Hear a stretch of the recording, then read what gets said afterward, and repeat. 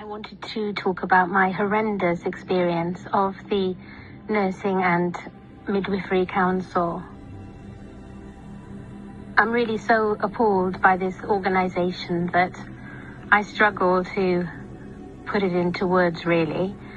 My father's oxygen was being kept against his will so low, that is, it's called the FiO2, was being turned down so low that his saturations were being maintained at 77%. I'm not saying they were always at 77%, but I'm saying that there were enough times when they were being maintained at 77% against his will, in circumstances where, before they reduced his FiO2, he was able to maintain saturations of 98%. So this was incredibly damaging and would have starved all of his organs of oxygen. And he was asking them to increase his oxygen, and they were refusing. And I witnessed this with my own eyes. And he said they were coming in and out of his room at night and turning the FiO2 down constantly, and he'd wake up gasping for breath. And I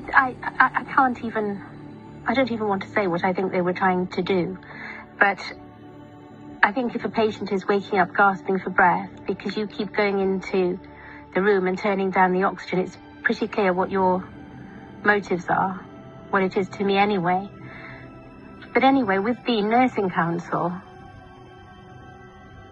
when I dug a bit deeply into the evidence, they were relying on this report compiled by one of their clinical advisors, and this report was just so poor. It was really unbelievable. It was absolutely riddled with errors, and I wrote to them to say, look, this just isn't good enough. This report has missed so much of the evidence. It hasn't engaged with other evidence.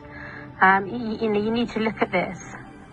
And so I thought, well, they'll have a look at this and then they will reconsider their decision. But they didn't want to.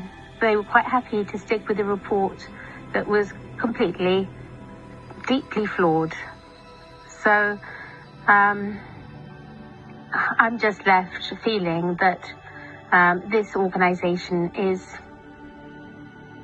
not serving the public interest at all. I don't think it should exist. And it is no wonder, given their attitude, that nurses are getting such a bad press, because when they misbehave, when they ill-treat patients, when they're cruel to patients, all of which applied to my father, the Nursing and Midwifery Council simply doesn't want to know. So there is no accountability. Unless the press are involved, then there is no accountability. I really am so disappointed on my father's behalf, because he really did not deserve to have his suffering just written off as if it was of no significance at all. And it, of course, applies to future patients who are also going to be ill-treated, and their families will also not receive any recognition of this, not in the current system.